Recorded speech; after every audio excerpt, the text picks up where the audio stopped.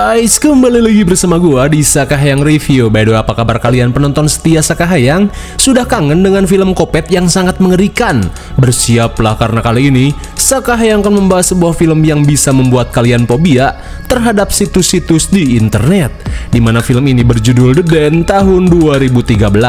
Oke lah, daripada kelamaan dan keburu ditagih ratu pajak, mending kita langsung saja ke pembahasannya. Dan jika kalian suka dengan channel ini seperti biasa, silahkan subscribe aja biar nggak ketinggalan video menarik lainnya dari Sakahayang.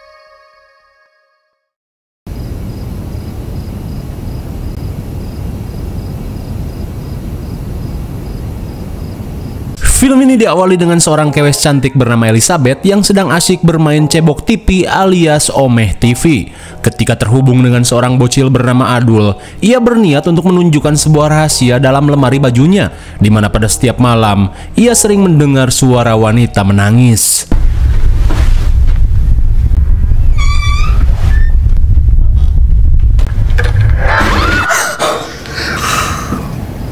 Oh shit. Dasar bocah bagong. Rupanya semua itu hanyalah prank yang sering Adul lakukan untuk mengerjai pengguna cebok TV. Di keesokan harinya, Elizabeth yang merupakan mahasiswa Fakultas Sosiologi jurusan Musapahah bersiap melakukan sidang pengajuan skripsi dengan beberapa dosen dan profesor Jones University. Di mana kali ini, Ellie yang sudah lama bermain cebok TV berencana mengajukan skripsi dengan judul Manfaat Komunikasi Daring dengan Orang-orang Nolep, yang mana teknologi cebok TV ini begitu sangat membantu untuk menghubungkan orang-orang antar negara hanya dengan sekali klik. Ia pun yakin di tahun 2020 nanti teknologi ini akan sangat dibutuhkan. Setelah menjelaskan maksud dan tujuannya, Ellie diminta untuk menunggu sampai pihak jurusan menyetujui judul skripsi yang Ellie ajukan. They're calling me in a half hour.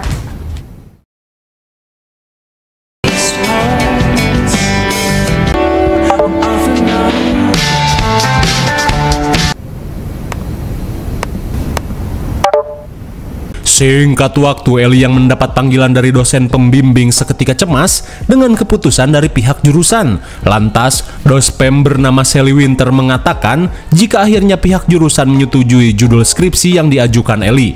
Dan kini, Ellie diminta untuk fokus menyelesaikan skripsinya. Mendengar hal itu jelas saja membuat Ellie senang. Ia pun berjanji tidak akan mengecewakan Bu Sally. Di tengah rasa bahagia, Ellie langsung memberitahukan hal ini pada si Ayang. Hey. Saat panggilan terhubung, Ellie langsung memberitahukan kabar baik ini pada si Ayang yang bernama Demian. Mendengar hal itu, Demian pun turut senang atas keberhasilan Ellie. Lantas, meski dirinya sedang ngantor, tiba-tiba saja Demian meminta Ellie untuk melakukan pap tombol. Selesai memberitahu si Ayang, Ellie pun berniat memulai penelitiannya dengan bermain cebok TV. Hi. Hello.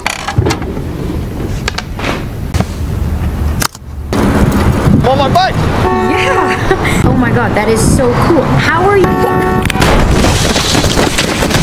Di tengah keseruan bermain cebok TV, Ellie pun heran saat mendengar kedatangan seseorang.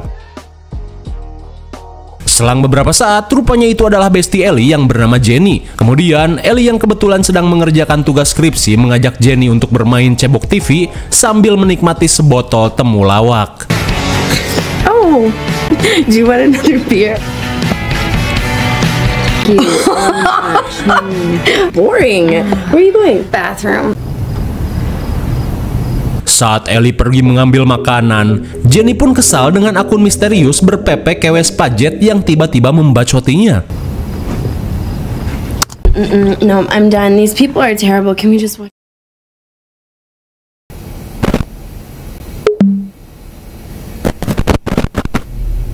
Di malam harinya, Ellie yang sedang tidur tidak menyadari jika laptopnya telah dihack oleh si akun berpepe pajet yang login dengan aplikasi cebok TV-nya.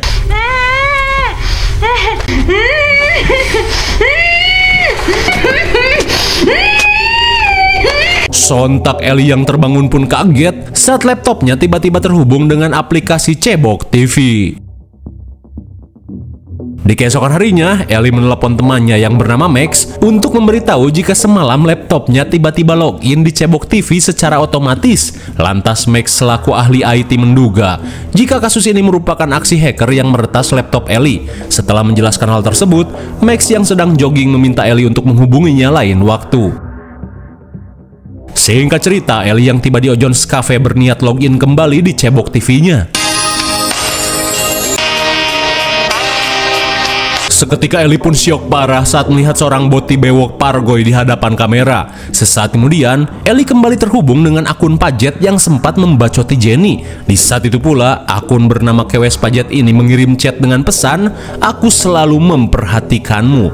Seketika Ellie pun heran dengan maksud dari pesan tersebut. Oh, no, go ahead. Sorry.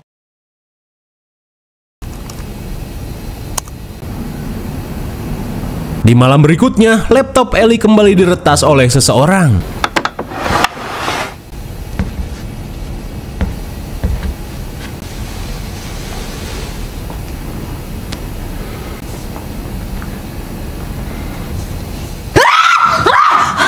Eta si gobloy, dikira hacker. Rupanya orang tersebut adalah Demian yang diam-diam datang ke kamar Ellie dengan niatan memaling isi cangcut. Kemudian Demian berkata jika besok dirinya akan pergi dinas keluar kota. Maka dari itu Demian berniat meminta jatah pada Ellie sebelum pergi dinas.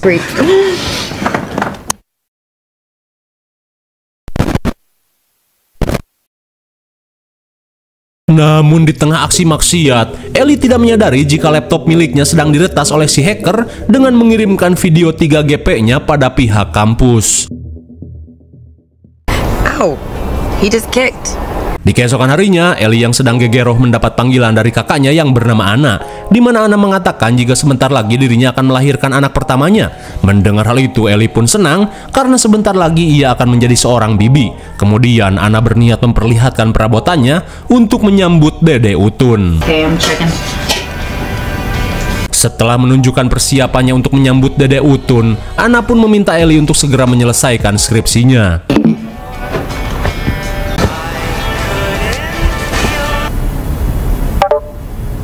Sesaat kemudian, Ellie pun kaget saat dirinya kembali terhubung dengan akun Kewes Pajet. Di saat itu pula, Ellie diminta untuk memperhatikan video yang ingin ia tunjukkan.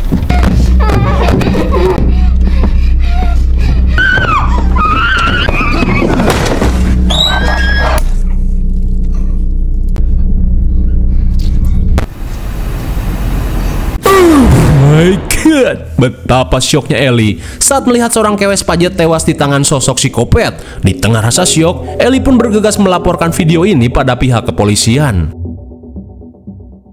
Sesampainya di polsek, Ellie langsung memperlihatkan rekaman yang ia dapat dari Cebok TV. Setelah melihat rekaman tersebut, Pak Polisi berniat menyerahkan hal ini pada tim cyber untuk memastikan apakah video ini nyata atau settingan. Ellie pun diminta untuk bersabar sampai pihak kepolisian menghubunginya. Sepulangnya ke rumah, Ellie menceritakan pengalaman mengerikannya selama terhubung dengan akun Kewes Pajet. Maka dari itu, Ellie meminta Max untuk melacak IP address-nya. Mendengar hal itu dengan senang hati, Max menerima permintaan Ellie.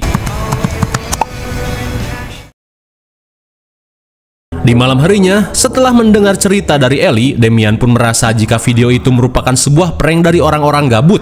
Hingga di tengah obrolan, Ellie yang mendapat telepon dari Ana meminta Demian untuk menunggu. No, I know. Yes, pretty. I'll call you. My God, tanpa Ellie sadari, jika saat ini Demian telah diculik oleh psikopat bertopeng karung goni. Singkat cerita, Ellie yang sedang mengecek laptop mendapat panggilan telepon dari Demian. I cleaned up. The place? Damien. Entah apa yang sebenarnya terjadi, tiba-tiba saja video milik Demian mengalami glitch. Dirasa sesuatu terjadi, Ellie yang khawatir berniat pergi ke rumahnya. Tapi sebelum itu, ia langsung menelepon polisi untuk berjaga-jaga. Singkat waktu, Ellie yang tiba di rumah Demian mengatakan jika sesuatu telah terjadi pada pacarnya. Dan saat Ellie menjelaskan kasusnya pada polisi, tanpa ia sadari si hacker kembali meretas laptop Ellie, di mana kini si hacker berusaha memancing Jenny untuk pergi ke rumah Ellie. Di saat itu pula, laporan Ellie ditolak karena kejadian yang dialaminya terdengar tidak masuk akal.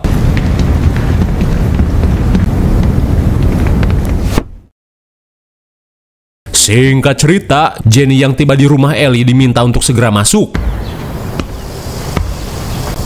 Hello? Are you here? Liz? Suwe sekali, Jenny yang terpancing turut menjadi korban penculikan psikopat Karung Goni. Di keesokan harinya, Max mengabarkan jika pelacakan akun KWS Pajat harus mengalami kendala karena pemilik dari akun ini mampu menyembunyikan IP address-nya. Mendengar hal itu jelas membuat Ellie kebingungan. Beberapa jam kemudian, Ellie pun kaget saat dirinya mendapat telepon dari dosen pembimbing dengan wajah yang murka. Kemudian, Sally yang bete mengatakan jika dirinya kecewa atas tindakan Ellie yang mengirimkan email berisi video 3GP pada pihak kampus yang jelas-jelas mencoreng nama baiknya selaku dosen pembimbing. Ia pun meminta Ellie untuk menjadi bebek kampus saja daripada harus sosokan kuliah. Mendengar hal itu jelas membuat Ellie heran. This is. Betapa syoknya Ellie saat emailnya telah mengirimkan video skandal Gabrut bersama si Ayang pada rektor kampus. Dan akibat kejadian itu, pihak kampus berencana untuk mendeo Sally dari Ojons University. Di malam harinya, di tengah rasa kalut yang semakin menjadi, Ellie yang khawatir pada Demian berniat mengecek video terakhirnya dengan si Ayang. Namun karena video itu mengalami glitch, Ellie langsung menggunakan aplikasi Adobe untuk memperbaiki video tersebut.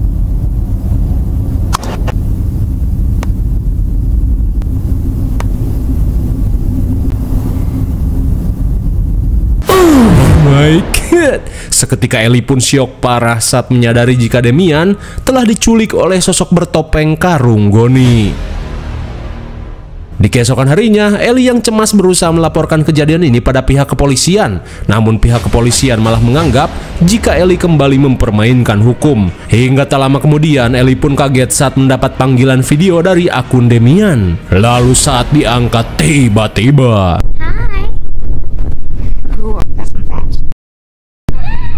Why are you doing this? There's nothing you can do about it now. di tengah rasa syok dan putus asa, ia pun kembali mendapat kiriman link jika Ellie ingin melihat keadaan Demian.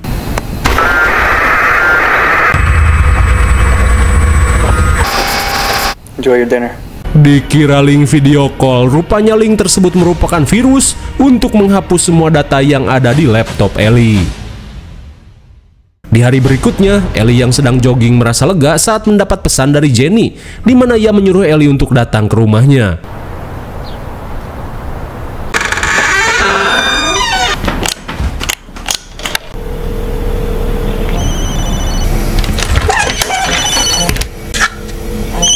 Jenny!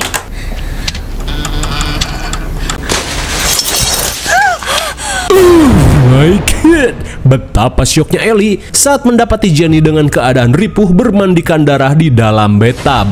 Dan meski sempat menelepon bantuan, Jenny pun harus tewas akibat kehabisan darah. Singkat waktu, Ellie yang sedang tidur terbangun setelah mendapat pesan dari kakaknya. What is this?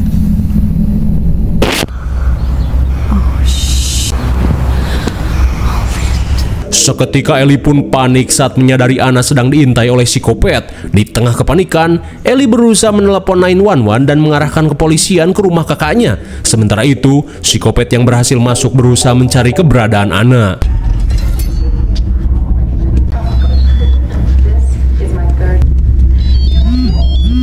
Lynn! What? Why? Lynn, please just come Liz? in. Shit. Somebody there?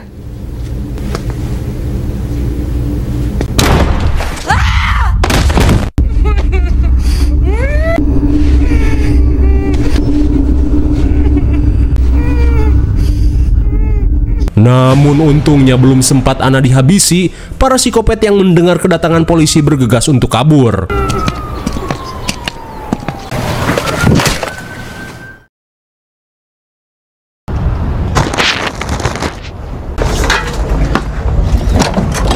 I know he was wearing a mask. Hingga di malam harinya, pihak kepolisian langsung melakukan olah TKP dengan meminta keterangan dari Anna dan Ellie. Sementara itu, salah satu petugas terlihat pergi sambil membawa kamera.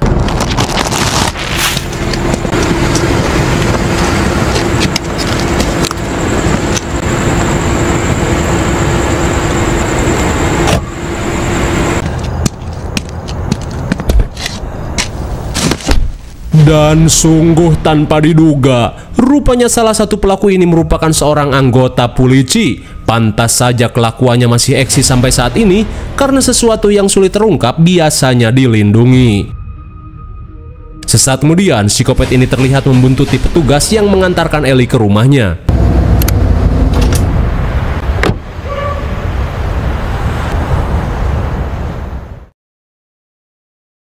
Beberapa saat kemudian, Ellie yang sedang beres-beres ketika heran saat mendapat video call dari Max. Dan saat dicek, ia pun heran dengan rumah Max yang terlihat berantakan bak diacak-acak monyet. Hingga tak lama berselang, seorang petugas terlihat mengecek rumah Max setelah mendapat panggilan darurat. Turn around! My God, rupanya hal itu sengaja psikopat tunjukkan pada Ellie untuk memperlihatkan jika kini Max pun telah mereka culik. Di tengah kepanikan, seketika Ellie heran saat layar laptopnya tiba-tiba berubah menjadi kamera CCTV tersembunyi.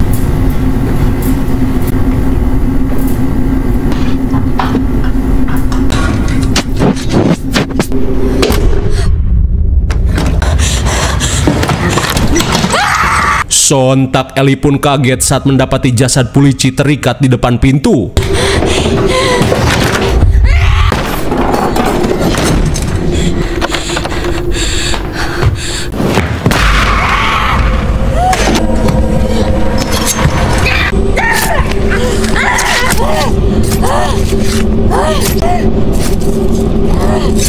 Untung saja Ellie berhasil melawan dengan merujak psikopat ini sampai mokad. Dirasa ini kesempatan, Ellie bergegas keluar guna mencari pertolongan.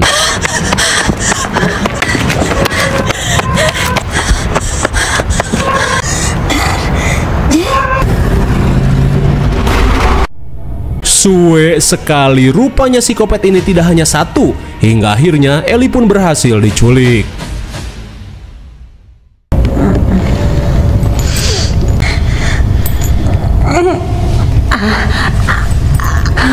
Singkat waktu, Ellie yang siuman langsung panik saat dirinya sudah disekap di sebuah ruangan buluk.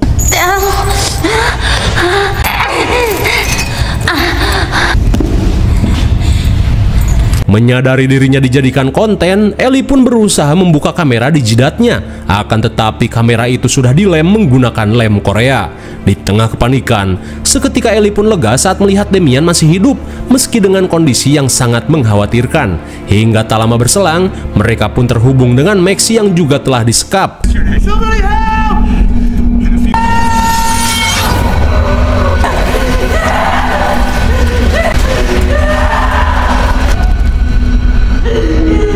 Betapa syoknya Damian dan Ellie saat melihat Max dihabisi menggunakan plastik bibit ikan mujair. Namun kengerian tak sampai di situ, di mana kini Damian akan mendapat giliran eksekusi.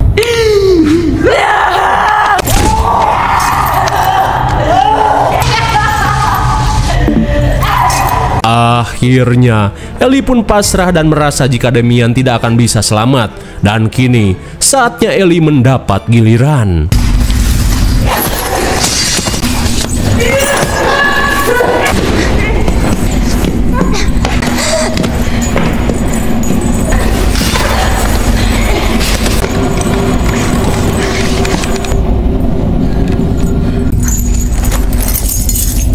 Namun lagi-lagi, Ellie berhasil melakukan perlawanan dan menghabisinya menggunakan rantai. Dirasa ini kesempatan, Ellie bergegas membuka rantai di cekernya menggunakan kunci yang dibawa psikopat ini.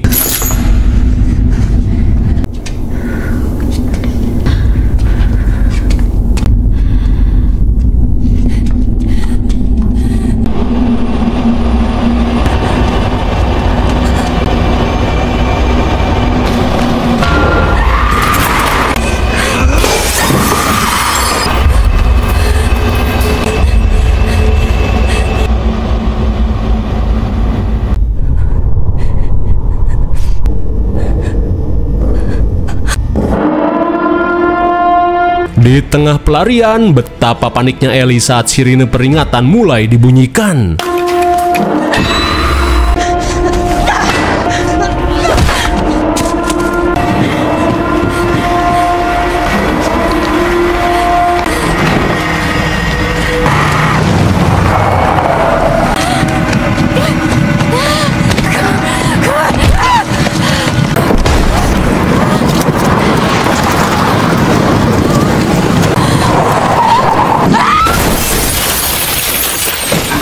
Sungguh sayang sekali, upaya Ellie pun harus gagal saat para kompet alias komunitas kopet berhasil kembali meringkus Ellie.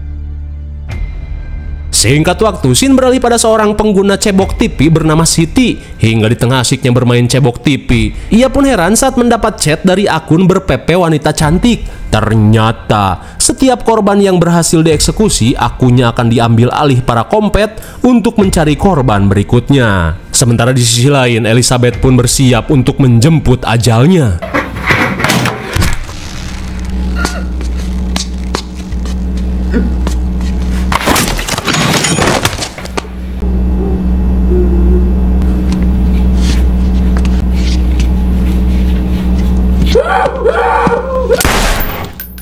Akhirnya, si cantik Elizabeth pun harus modar dieksekusi para kompet. Namun bisa kita lihat, rekaman mengerikan Ellie hanyalah satu dari sekian banyak video mengerikan yang dijual di situs deep web.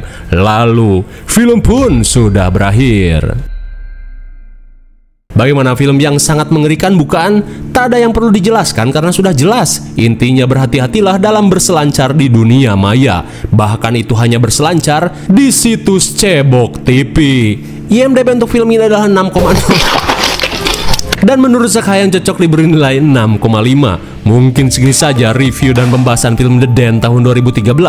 Jangan lupa like, share, dan subscribe supaya kalian tidak ketinggalan jika ada video menarik lainnya dari Sakahayang. Thanks for watching and see you on next video. Bye-bye.